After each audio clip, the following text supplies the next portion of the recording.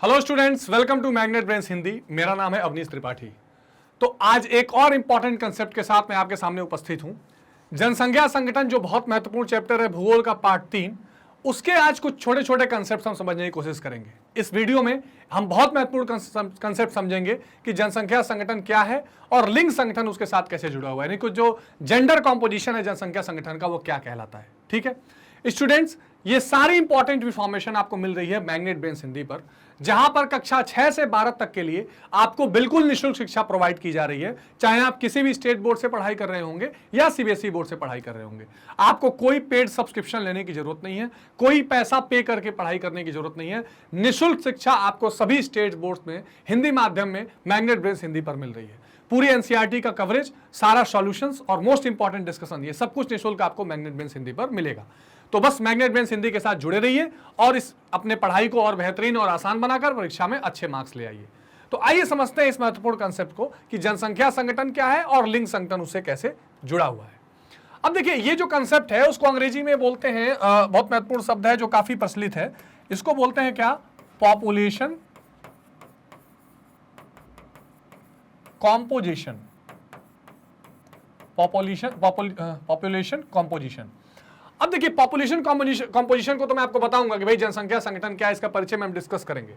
लेकिन अगर हम इसको आसान भाषा में समझना चाहें तो आप ये देखिए कि मान लीजिए आपके पास जनसंख्या है, ठीक?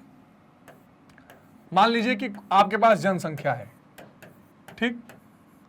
अब इस जनसंख्या के कुछ अपने विशेषताएं होंगी, ठीक है?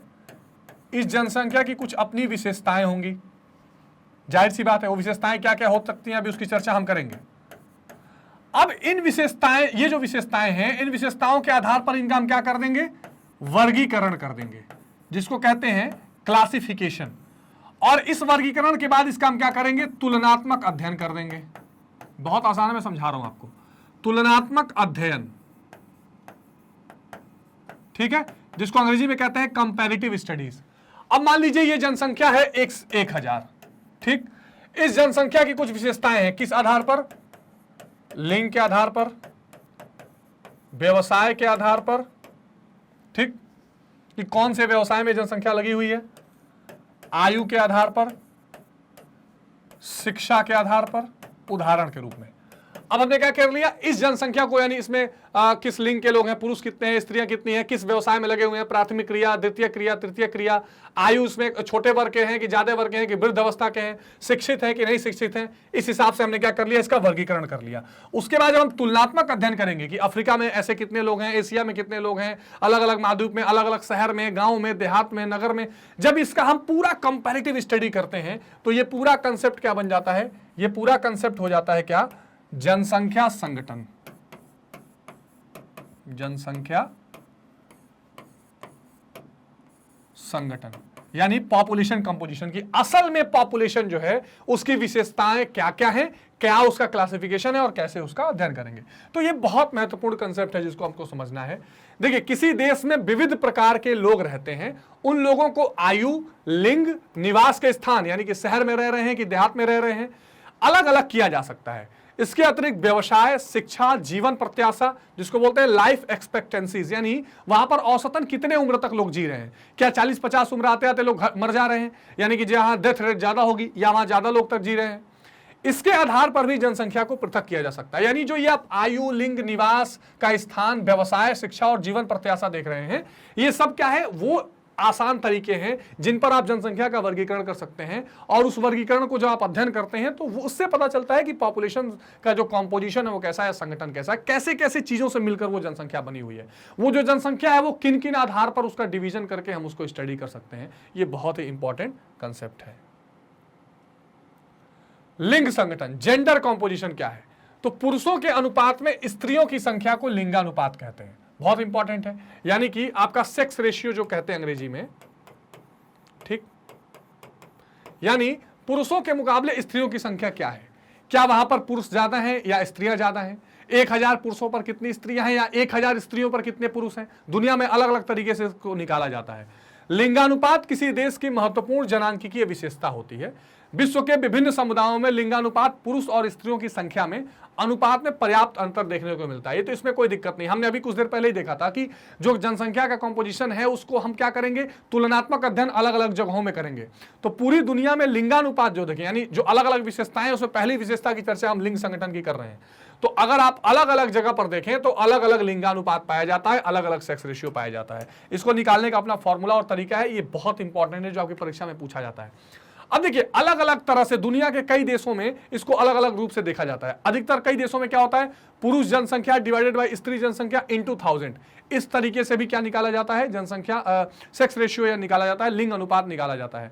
भारत के दृष्टिकोण में स्त्री जनसंख्या डिवाइड बाय पुरुष जनसंख्या इनटू 1000 कर दिया जाता है। ये बहुत महत्वपूर्ण है। और भारत में अभी सेक्स रेशियो कितना है, 2011 की जनगणना के अनुसार करीब करीब 940, ठीक है, यानी प्रति हजार पुरुषों पर 940 महिलाएं हैं, ठीक है। तो ये बहुत इंपॉर्टेंट फॉर्मूला है, जिस फॉर्मूले को आप ध्यान रखेंगे। स्त्री जनसंख्या यानी female population divided by mail population into 1000 कर देंगे अगर आप, तो आपको निकल जाएगा कि सेक्स रेशियो क्या है। तो इसका आप जरूर स्क्रीनशॉट रख लीजिएगा। ये फॉर्मूला आपके एग्जामिनेशन के लिए बहुत ही इंपॉर्टेंट है और पूरी दुनिया भर में लिंगानुपात को लेकर चर्चा होती है और ये निकालने का प्रयास किया जाता है। ठीक, आइए देखते हैं कि अलग अलग जगह पर किस तरह किया जाता है। रूस में कुल जनसंख्या में पुरुष जनसंख्या के प्रतिशत तथा महिला जनसंख्या के प्रतिशत की गणना करके लिंगानुपात ज्ञात किया जाता है। ठीक, रूस में क्या किया जाता है, पुरुष जनसंख्या कितने परसेंट की है, महिला जनसंख्या कितने परसेंट की है, उससे निकाल लिया जाता है। अमेरिका में लिंगानुपात प्रति 100 महिला और पुरुषों की संख्या ज्ञात करके किया जाता है। न्यूजीलैंड में भी लिंगानुपात को 100 पुरुषों पर महिलाओं की संख्या के हिसाब से किया जाता है, जैसे भारत में। लेकिन हालांकि भारत में 1000 है, लेकिन पुरुषों पर महिलाएं देखी जाती हैं। यही हाल न्यूजीलैंड में है। जो यूएनओ है, संयुक्त राष्ट्र संघ, ठीक, वो भी क्या देखता है कि प्रति 100 महिलाओं पर कितने पुरुषों की संख्या है। ठीक है ना, कुछ देश देखते हैं कि प्रति 100 पुरुषों पर कितने हैं या प्रति 1000 पुरुषों पर कितनी महिलाएं हैं, और अमेरिका और संयुक्त राष्ट्र संघ जैसे देखते हैं कि प्रति 100 महिलाओं पर कितने पुरुष हैं।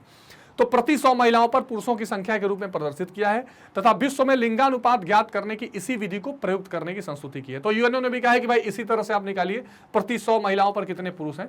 तो ये अलग अलग देशों की पद्धतियां हैं जो आप देख रहे हैं कि कैसे वहां पर लिंगानुपात ज्ञात करने का प्रयास किया जाता है। अब देखिए, लिंगानुपात किसी क्षेत्र या राष्ट्र की सामाजिक आर्थिक दशाओं का एक महत्वपूर्ण सूचकांक होता है, वेरी इंपॉर्टेंट। जब आप लिंगानुपात निकालते हैं तो अगर मान लीजिए कि वहां कोई दो चीजें होती हैं, कारण और प्रभाव दोनों एक साथ दिखाई पड़ते हैं, है ना। जब आप लिंगानुपात निकालेंगे और वहां पर अगर मान लीजिए लिंगानुपात बहुत ज्यादा है तो उसके कारण भी कुछ होंगे और उसका प्रभाव भी वही होगा। जैसे अगर मैं उदाहरण में हम समझना चाहें, जैसे मान लीजिए कि लिंगानुपात है, ठीक, लिंगानुपात, तो क्या कारण है इसके बेहतर होने के। तो अगर हम इन कारणों की चर्चा करें तो क्या क्या इसमें लिख सकते हैं, जैसे बेहतर शिक्षा, ठीक, दूसरा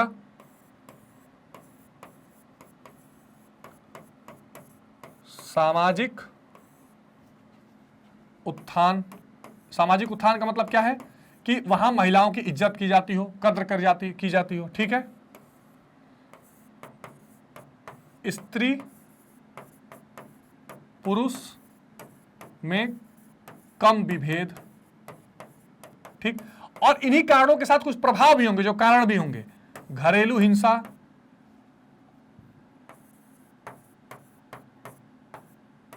घरेलू हिंसा में कमी, घरेलू हिंसा इसमें नहीं रहेगी, ठीक है ना। इसके अलावा जो फीमेल फिटिसाइड्स हैं यानी कि भ्रूण हत्या है, ये सारी चीजें नहीं रहेंगी। तो ये अच्छे लिंगानुपात के कारण भी हैं और ये प्रभाव भी पड़ता है कि अगर लिंगानुपात अच्छा है तो बेहतर शिक्षा है। मान लीजिए कि वहां बेहतर शिक्षा है, सामाजिक उत्थान है, स्त्री पुरुष में कम विभेद है, घरेलू हिंसा में कमी है ना, ये सारी चीजें आपको दिखाई देंगी।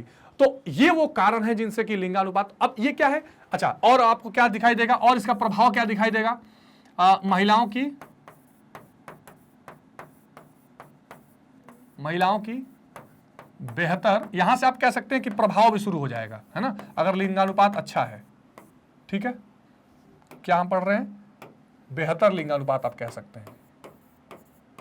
अगर बेहतर लिंगानुपात, अच्छा लिंगानुपात है तो ये सारे उसके प्रभाव भी हैं और कारण भी हो जाएंगे उसके, ठीक। क्या है, महिलाओं की बेहतर, ये बहुत इंपॉर्टेंट है, आर्थिक स्थिति।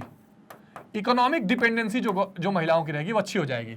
यानी महिलाएं क्या है, अगर वहां पर लिंगानुपात अच्छा है, इसका मतलब वो ऐसा समाज है जो महिलाओं को स्वीकार कर रहा है, महिलाओं के प्रति भेदभाव नहीं कर रहा है, तो उनको रोजगार के अवसर मिलेंगे, काम करने की सुविधा दी जाएगी, फ्रीडम दी जाएगी। तो आर्थिक जो स्थिति है, इकोनॉमिक जो उनका पूरा कंसेप्ट रहेगा, इकोनॉमिक जो उनकी पूरी स्थिति रहेगी, वो क्या हो रहेगी, हमेशा बेहतर रहेगी। अब देखिए लिंगानुपात का महत्व किन कारणों के लिए अधिक है, किन कारणों से लिंगानुपात को माना जाता है कि बहुत इंपॉर्टेंट है, इसको भी देख लेते हैं। ठीक है, क्योंकि जो ऊपर का स्टेटमेंट वो ये बता रहा है कि जो लिंगानुपात है वो किसी भी क्षेत्र या देश की सामाजिक आर्थिक दशाओं का सूचकांक है, इंडेक्स है, बता देगा कि उस देश की सामाजिक आर्थिक स्थिति कैसी है। अगर लिंगानुपात बेहतर है तो अच्छी है, नहीं है तो खराब है। लिंगानुपात जन्म दर और मृत्यु दर के निर्धारण में भी महत्वपूर्ण भूमिका निभाती है। भाई जाहिर सी बात है, मान लीजिए कि अगर कहीं महिलाओं को जन्म लेने नहीं दिया जा रहा है, भ्रूण हत्या हो जा रही है, तो वहां जन्म दर भी, ओवरऑल जन्म दर भी कम आ जाएगी।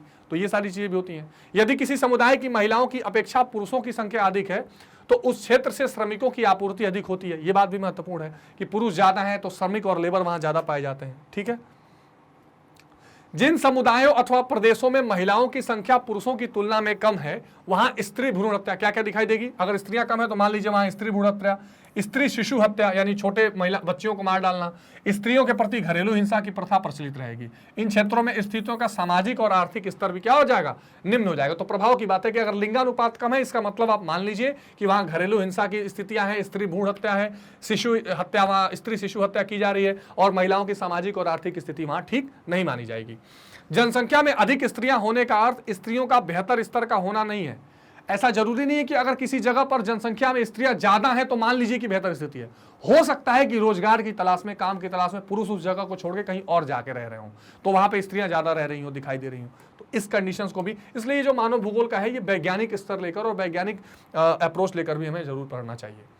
ये देखिए एनसीईआरटी में मेंशन ये बॉक्स है, बहुत इंपॉर्टेंट एनसीईआरटी की बुक में, कि प्राकृतिक लाभ वर्सेस सामाजिक हानि, महिलाओं को ये झेलना पड़ता है। देखिए जैविक रूप से, बायोलॉजिकल रूप से महिलाओं को काफी एडवांटेजेस मिले हुए हैं। उनको जो काम करने की क्षमता है, चाहे जो बौद्धिक रूप का भी जो स्तर है या शारीरिक रूप से भी, और कई प्रकार से उनको कुछ प्राकृतिक या जैविक बहुत लाभ मिले हुए हैं। लेकिन जो उनके साथ सामाजिक भेदभाव होता है, जो उनको सामाजिक पिछड़ापन महसूस करना पड़ता है, उस स्थिति में क्या होता है, फिर उनको इस हानि का शिकार होकर उपेक्षा का शिकार होना पड़ता है।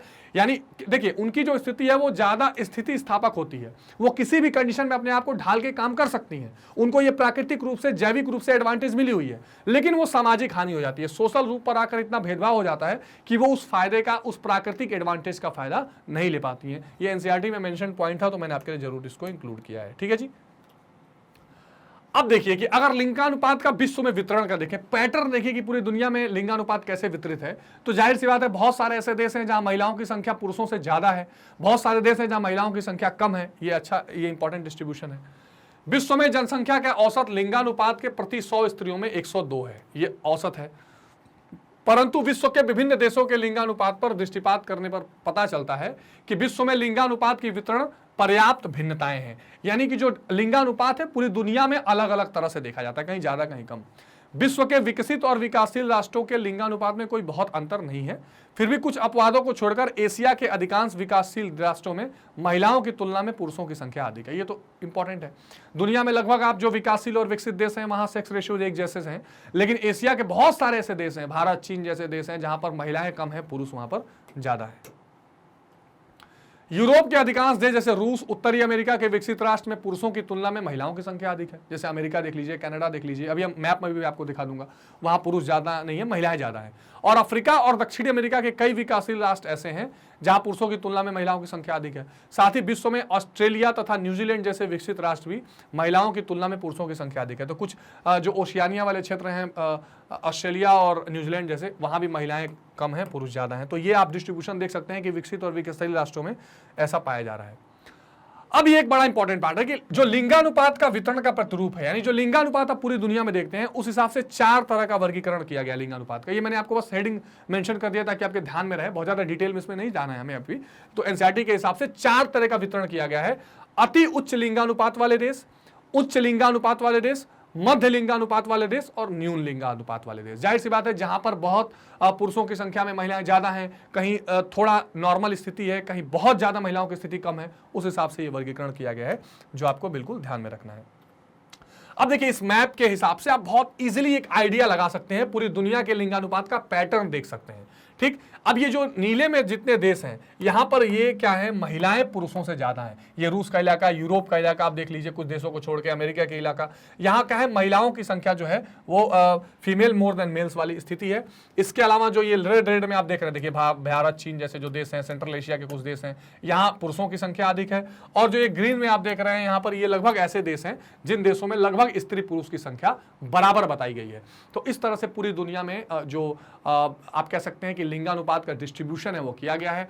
यानी जो जनसंख्या संगठन का पहला कैरेक्टरिस्टिक्स इंपॉर्टेंट है कि जनसंख्या संगठन में जो पहला लिंग के हिसाब से डिवीजन किया गया है, उस डिवीजन को आप समझ सकते हैं कि ये बिल्कुल बराबर नहीं है, अलग अलग जगह पर अलग अलग तरह का लिंगानुपात पाया जाता है। और इस हिसाब से भी जनसंख्या के कंपोजिशन को हम समझने का या जनसंख्या संगठन को समझने का प्रयास करते हैं, क्योंकि जनसंख्या संगठन में हम देखते ही हैं कि अलग अलग विशेषताओं में कैसे डिवीजन किया गया है, पूरी जनसंख्या का कैसे वर्गीकरण किया गया है। तो आई होप कि ये कंसेप्ट आपको पहला जरूर समझ में आया होगा। कोई कंफ्यूजन हो तो कमेंट सेक्शन में जरूर बताइएगा, और हम अगले कंसेप्ट में अब इस चैप्टर के आगे के कंसेप्ट भी डिस्कस करेंगे जिसमें आपको बहुत लाभ होने वाला है। ठीक है स्टूडेंट्स, मैग्नेट ब्रेन्स हिंदी एक ऐसा प्लेटफॉर्म है जहां आपको 100% मुफ्त शिक्षा प्रोवाइड की जा रही है बिना किसी पेड सब्सक्रिप्शन के। चाहे आप यूपी बोर्ड हो, बिहार बोर्ड हो, छत्तीसगढ़, राजस्थान, मध्य प्रदेश, कोई भी बोर्ड से पढ़ाई कर रहे हो, आप फ्री ऑफ कॉस्ट घर बैठे वो पढ़ाई कर सकते हैं। बस आपको छोटा सा काम करना है, लाइक शेयर और सब्सक्राइब करना है, और हम आप तक इसी तरह के महत्वपूर्ण वीडियोस लेकर आते रहेंगे ताकि आप अपनी पढ़ाई को और बेहतर बना सकें और आने वाले दिनों में अच्छे नंबर ला सकें। ठीक है स्टूडेंट्स, तो मन लगा के पढ़िए। कोई कंसेप्ट में प्रॉब्लम हो तो कमेंट सेक्शन में जरूर बताइए। मिलते हैं अगले वीडियो में, तब तक टेक केयर, गुड बाय।